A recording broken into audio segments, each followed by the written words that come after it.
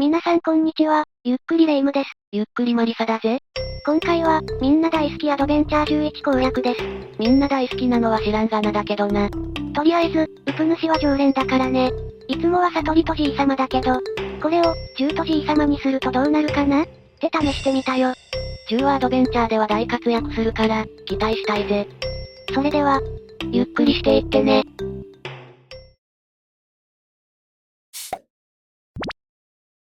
では、今回はじいさまと10の構成で、堕落オリオンに挑戦していきますよ。いつもは悟りの兄貴だから、どこまでできるか楽しみだぜ。そうなんだよね。悟りの兄貴はめっちゃオリオンに対して強いから、悟りにきとじいさまの2人がいれば怖いものなしだよ。実際のところさ、今の悟りとじいさんパーティーで全滅したのってどんくらいなんだ？そうだね。実際は、本当に数えるぐらいしかないよ。片手で数えるぐらいかな。へえ、そりゃすごいな。というよりも、オリオン相手に限定すれば3回も全滅してないよ。ほんとお前ら鬼畜だな。それだけじいさまと悟りに気が強いってことだよ。パーティーの総合パワーはめっちゃ低いのにな。そうそう。ルーファスもスキルだけしか上がってないしね。力こそ正義、なんて言葉が全く似合わないね。むしろ、無力だけど正義、ってやつだぜ。今回の攻撃役である10も、スキルとレベルマックスぐらいです。そんな状態でも強いんだから、ほんとありがたいよね。まったくだぜ。ってなわけで、今回の構成を紹介するよ。こんな感じの構成になってるよ。と言っても、実際のところはすごくわかりやすい構成だよ。どういう意味なんだ？これまで使っていた悟りとじいさまの構成なんだけどね。悟りがアタッカーになってたのが、単純に10に入れ替わった。ただ、それだけなんだよね。ものすごいシンプルな形だな。シンプルイズザベストだよ。まあ、実際のところ、アドベンチャー攻略をするとき、10の貢献度は半端ないからな。まだウプ主がアドベンチャー級にいた頃から、10は大活躍してたんだぜ。そうだったね。とりあえず、アドベンチャーでも万能なヒーローだと、やっぱり10が安定してるかな？オリオンもなかなか育てやすさからおすすめだぜ。そうだね、オリオンもなかなか魅力ではあるよね。どちらも強いから育てる価値はあると思うよね。さて、それじゃそろそろバトル実況に移りますよ。解説はおなじみ、ゆっくりレ夢ムがお届けします。では、10&G 様、そして堕落オリオンのバトルです。始まったぜ。始まりましたね。どういう展開になるか、楽しみなんだぜ。守備は G 様がいるからね、そこは安心できるんだけど、10がどれくらいオリオンの体力を削ることができるか、だね。そこが気になるとこだぜ。10は安定した火力を持ってるから、そこは安心できそうだけどね。まず序盤は、様子を見てみる感じだな。そうだね。10の強みというとやっぱり 1% ぐらいダメージを与え続けられる。これが大きいところだね。本来はもっと高い割合ダメージなんだけど、ボスバフのおかげで上限が 1% だからね。まあ今見てる限りで16000ぐらいか。それを通常ダメージで与え続けてるのはかなり大きいよな。そうだよね。10がアドベンチャーで重宝されるのがこの能力があることだからね。それにしてもやっぱり G さんがいるからこっちは安定してるな。まあね、G 様の守備力は世界一位だよ。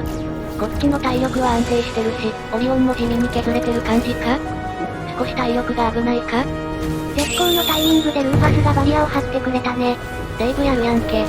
この連携こそが持ち味だよ。10も暴走モードに入ったね。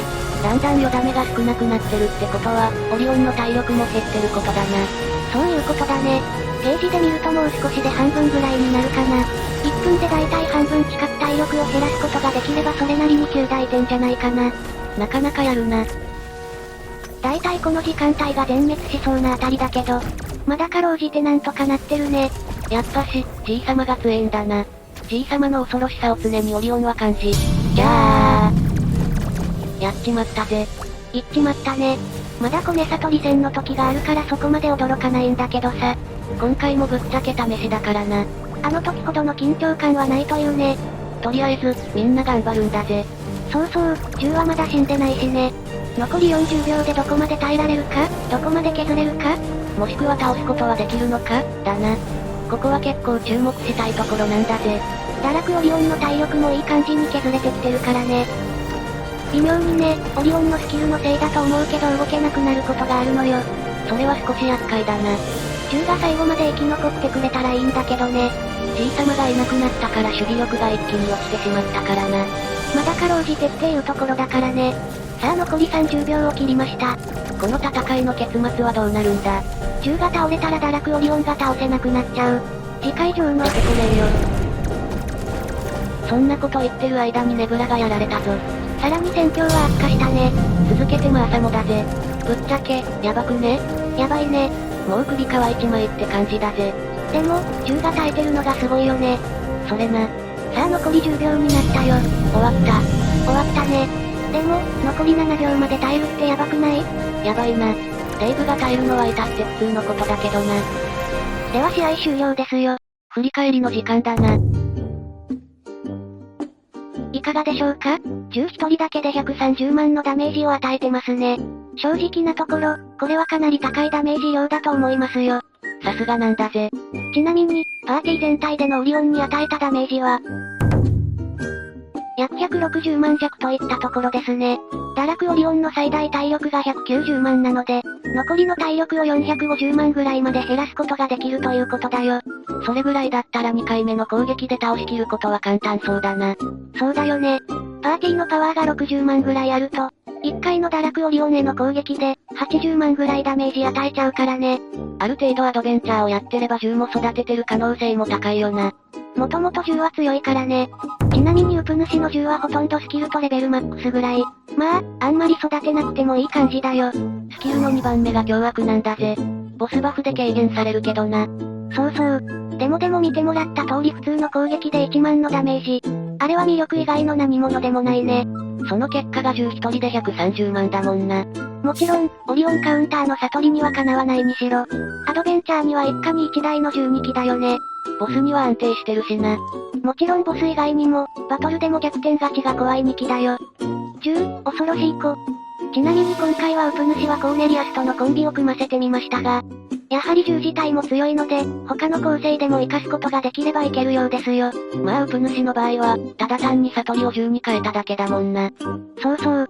まあ正直なところ、倒しきれないというのは想定の範囲内だったけどね。むしろ1回で倒しきるのが異常なんだよ。まあ、10を組み入れる構成で G 様との組み合わせはこんな感じですよ。G さんはやっぱり守備力が高いってのがあるからな。そうだね。他のルーファスとかアクセルとかもあるし、守備力は硬いかなと思うよね。魔法防御は上がるわ、分散するわ、バリアはある。ほんと、オリオンにとって鬼畜だよな。無力だけど正義、いい時代になったものですよ。ひとまず、コネ銃ですか。この構成を使うことで、150万のダメージを与えれますよ、と。そうすれば、オリオンの体力は残り40万ぐらいですよ。ミスなしでも3回攻撃チャンスあるので問題なく倒すことができるでしょう。フラグじゃないのか？フラグじゃないよ。オリオン自体が鬼畜仕様だから、倒しきるのはやはり難しいのだろうと思ったりしたので、もしよかったらコーネリアス G 様と銃を一緒に育てて、オリオンを倒せる構成を一気に完成させちゃうのもおすすめだと思うよ。ウプ主みたいにアドベンチャー11の常連になる人は特にね。ウプ主はサトラーだもんな。余裕がある時はこういう風に他の構成はどうか試してるよ。他にも何か面白い構成があればみんなに紹介したいね。堕落オリオンは結構な強敵だから人気だと思うぜ。悟りは強いけど作るのがなかなか難しいからね。銃は、そういう意味ではコスパは意外といいのかな。まあほとんど投資してないしな。費用対効果って意味ではかなりいいやつだよな。何回やってもオリオンが倒せない人はぜひ試してみてね。ヒーローウォーズのアイテム2号だよ。それでは、今回は堕落オリオンに、コーネリアスと銃で挑戦をお届けいたしました。またアドベンチャー11についての攻略情報も特集しようかと思うので、よろしくお願いします。よろしく頼むぜ。最後まで見ていただきありがとうございました。また次の動画でお会いしましょう。ではでは、ご視聴、ありがとうございました。